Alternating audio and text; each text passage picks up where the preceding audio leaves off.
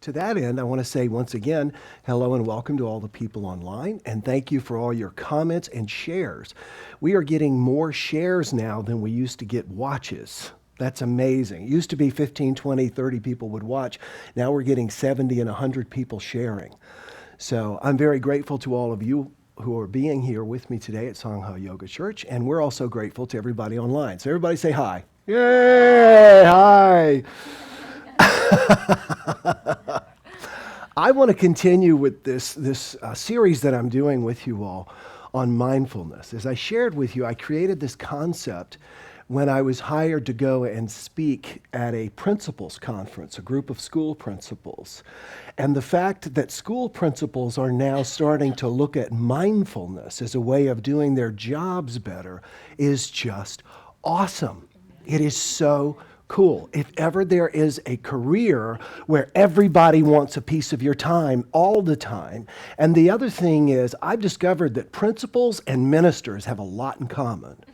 You can't party in your own hometown. Anyway, principals are under a great deal of pressure, and yet there has almost been a taboo on being mindful. We're not supposed to be mindful. We're supposed to multitask. Something wrong with you if you're not doing 20 things all at once. And simultaneously, people are dying from stress-related diseases all the time, because when we get stressed, our cortisol levels go down, and it's literally like our bodies go off life support. And it's terrible when we're stressed. And so now school principals are starting to look at this concept of mindfulness. And if you recall, I break it down into 7 because there's 7 words. But I think all of these are very important within the context of becoming more mindful. Because as I shared with you last week, you're far more effective when you're present. Wouldn't you agree? Say yes.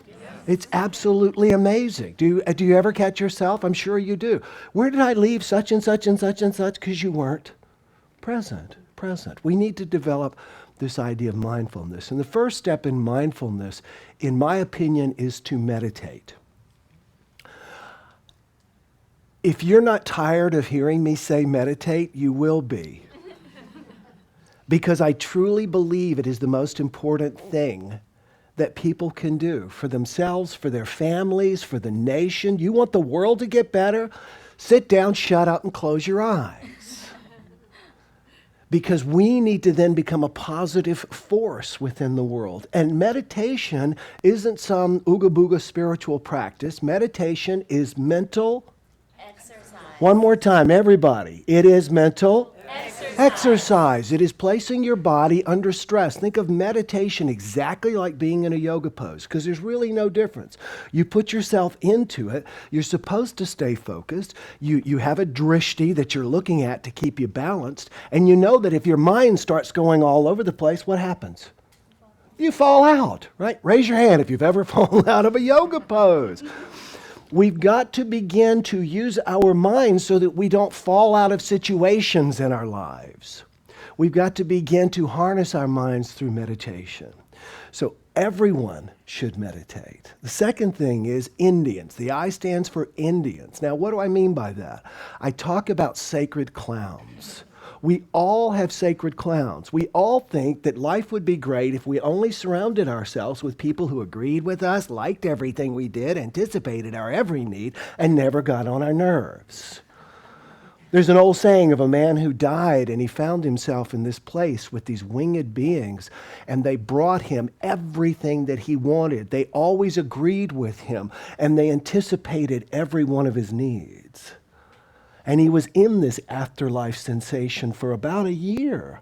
And finally he said, I'm bored out of my mind. This is terrible. If this is heaven, I'll take hell. And one of the winged beings looks at him and said, who told you this was heaven? If you've got irritations and irritating people in your life, they're supposed to be there.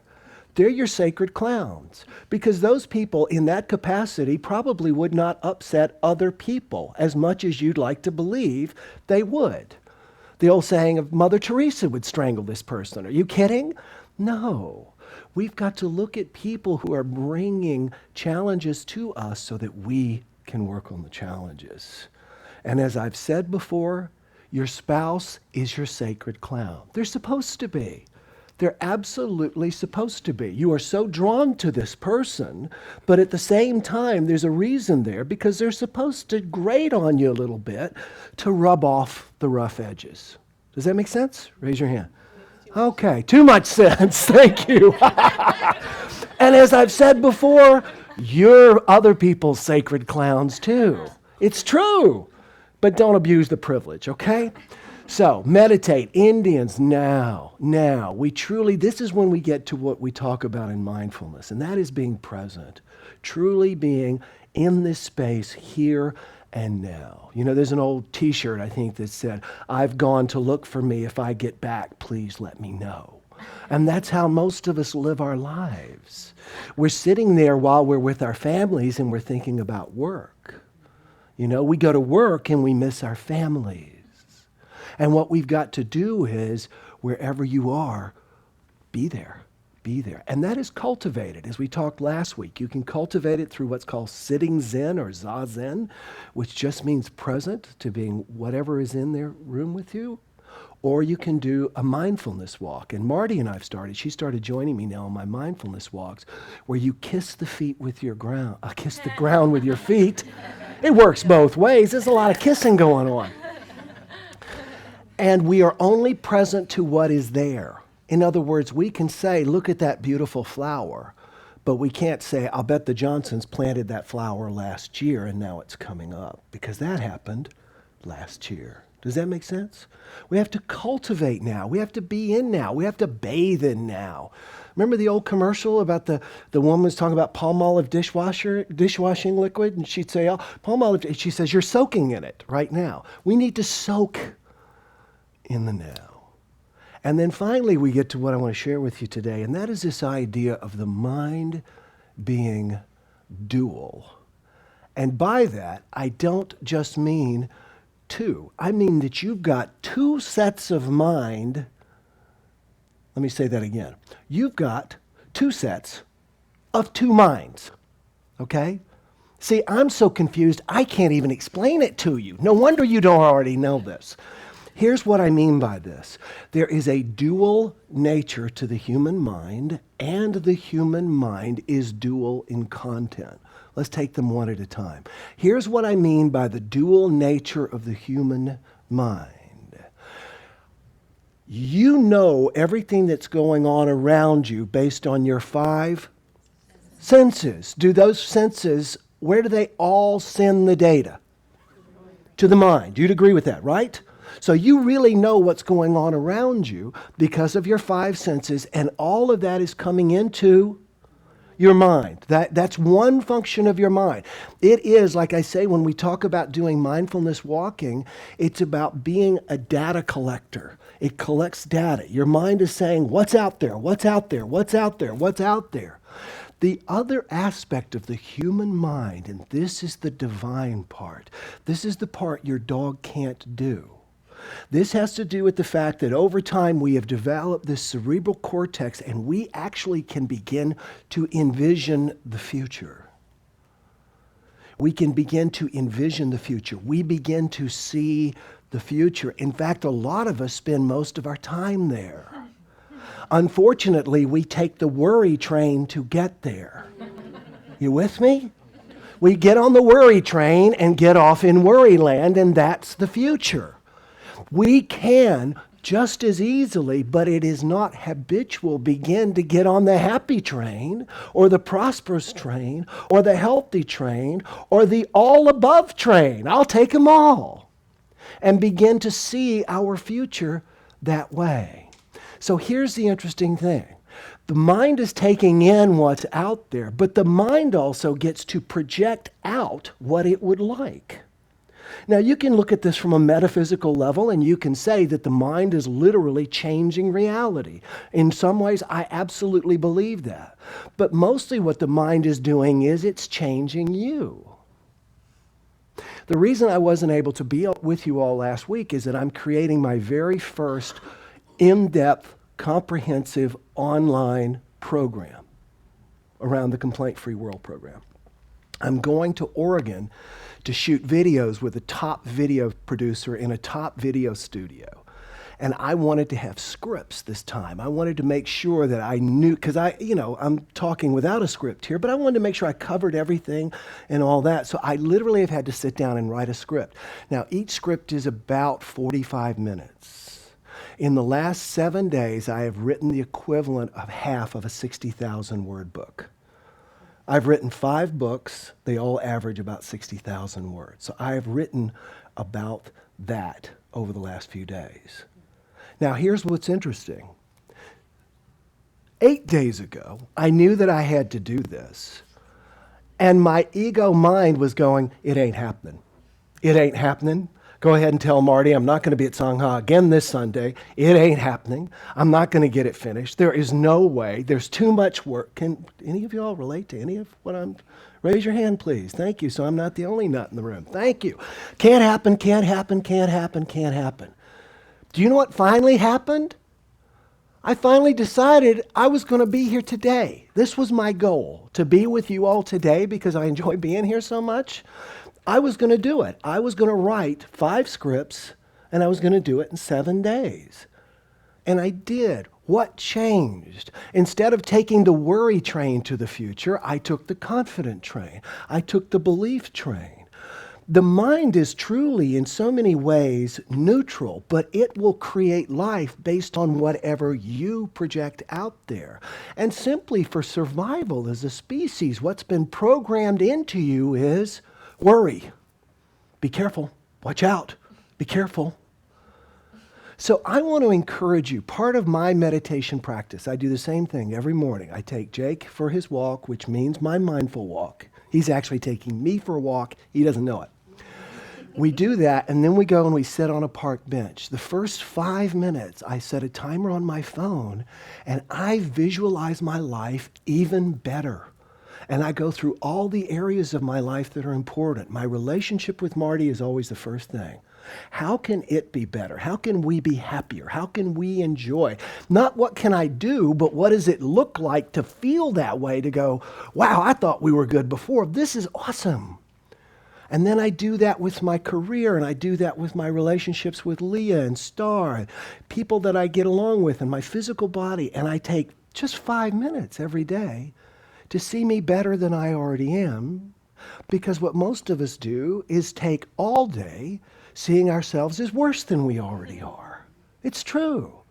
Whatever it is, it's going to go away. We get worried or we project negatively. So I want you to understand that you have a dual nature of your mind, and that is that it takes in information, but it also projects out expectations. And guess what happens?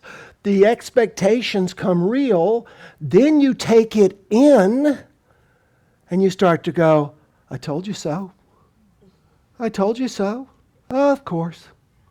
Of course. It's always going to work out that way. And then you're sending out to the universe, order up, send me more, send me more. Your life is so important. There's so many cool things you can do, have, and be. Take 5 minutes and imagine yourself with them. Just do that. Just do that on a daily basis. Every day, 5 minutes. Do it while you're going to sleep at night. Do it when you first wake up in the morning. Do it instead of this all day long. Just 5 minutes, and it'll blow you away because you'll begin to project out. And what you'll see coming in will be even better. So that's the first aspect of the mind. It does 2 roles. How well are you doing the second role? That's what I want you to think about. The second aspect of the mind is that, as I have said before, we have an ego in our heads. This is where the idea of the devil on one shoulder and the angel on the other shoulder came from. Raise your hand if you can relate to that. Absolutely. We all can. And here's the thing. When I was coming along, I was in Unity churches for 20 years. Then I became a ministerial student, then a minister and all this. And there was all these people that would speak about having to get rid of the ego and how you can drive it's like you're doing an exorcism on a part of your own personality. Do you get the craziness of that? We all have that. It has been written about by every great thinker, Socrates, Plato, Jung, Freud. They call it the shadow. You heard that? The ego, I love the concept of the ego, even though it's not the Freudian concept, because it means to edge God out. That's what it means. It means to edge God out. When we are in our egos, which is the critical, you can't do it. Because what it'll do is, if you're in a situation, it'll start pointing fingers at the other person and going, well, you know they, well, you know they, well, you know they, as a way of making you right. The ego is a self-protection device. You've always had it. You're always going to have it. Your kids will always have it. I don't truly believe that it comes from the voice of the parents, your parents talking to you, although I do think the ego picks up those conversations and keeps them going when you're 18 and move out of the house. We all have this aspect of ourselves. What gets us in trouble is when we don't realize that it's an aspect of ourselves and we start to think it is ourselves. Do you get that? Most people truly believe that that dark side is them. I don't believe that. That is a shadow. What you are is light. Let me say that again. What you are is light. What you are is love. What you are is beauty. What you are is compassion. What you are is giving. What you are is beautiful. And whenever you create one, you simultaneously create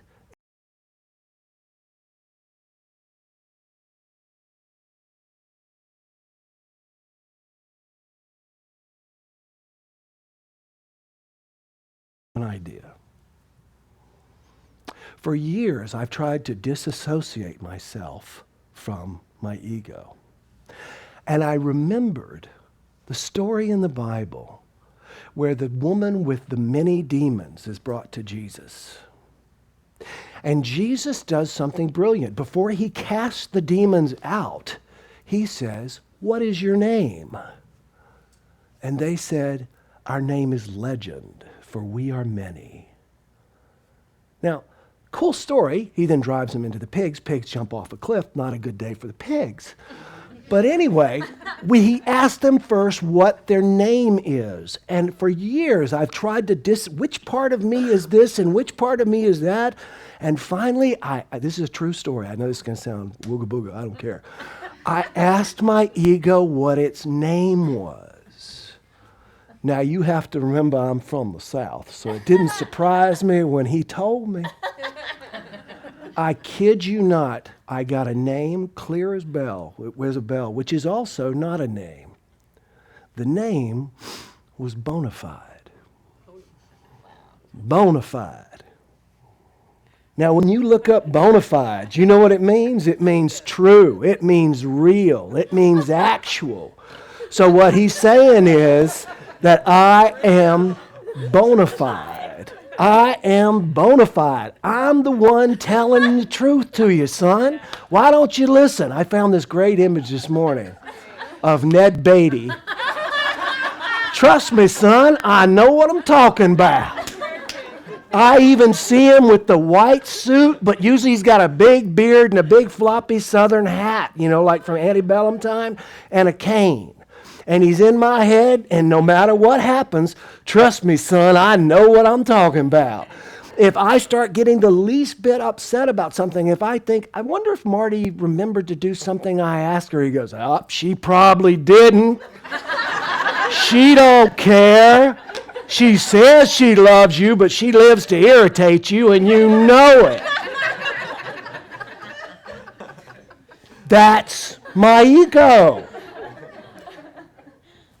And what I've discovered, this is truly amazing to me.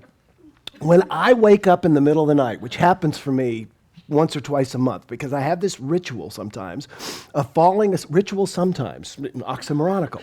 Anyway, I fall asleep on the couch watching television, and Marty knows, to me, that's just kind of like a fun thing to do on occasion. And Don't wake me up. Let me sleep there. But I'll usually get up around 2 o'clock and I'll come to bed because I have to start the night there but finish the night in my, it's crazy, but it's fun for me. When I get up in the middle of the night, I'm still 100% asleep. You know who's awake? Bonafide. Bonafide gets me to bed, but Bonafide points out everything that everybody forgot to do all day that was wrong. All these people didn't answer my emails, etc. And then if I start going, defending them, going, you know what, they're great, blah, blah, blah, blah, he goes, you know what, you're right. They all right. Son, you're the problem.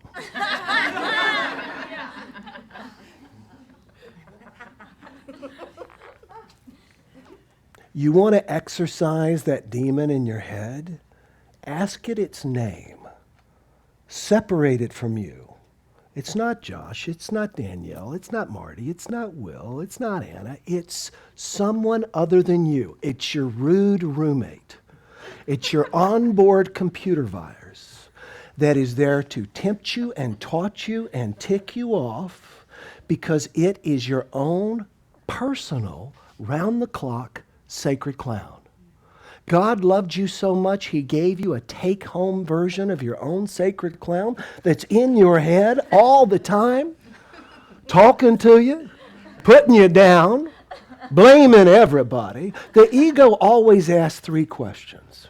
And I'm going to close with this because I'm going to tell you better questions to ask. You want to get out of the ego? The ego always asks 3 questions. Number 1, what's wrong? What's wrong?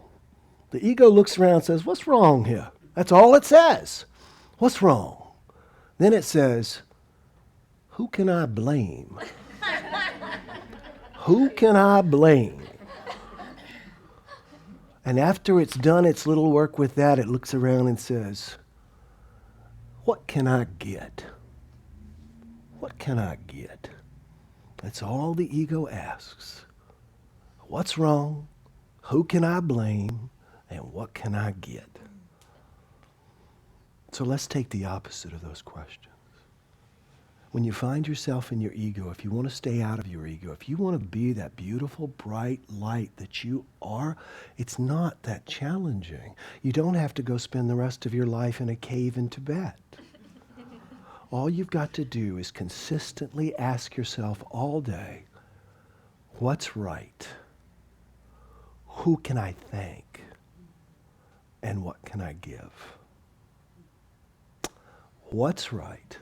Who can I thank? What can I give? Let's say it all together. I see you sort of mumbling it like, I want to remember that. Well, let me help you. Because we're all going to say it together twice. Together with some energy. What's right? Who can I thank? What can I give? All right? One more time. What's right?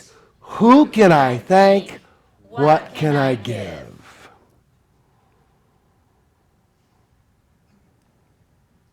That's the way to get to Happy Land. Remember, your life is a reflection of your thoughts, but the thought comes first. Replace worry with confidence. Put a different story in your mind whenever you start to get worried. Literally take that story and turn it upside down. Not, oh, my daughter, doesn't come home or whatever, but she's home early and brings coffee. Just anything.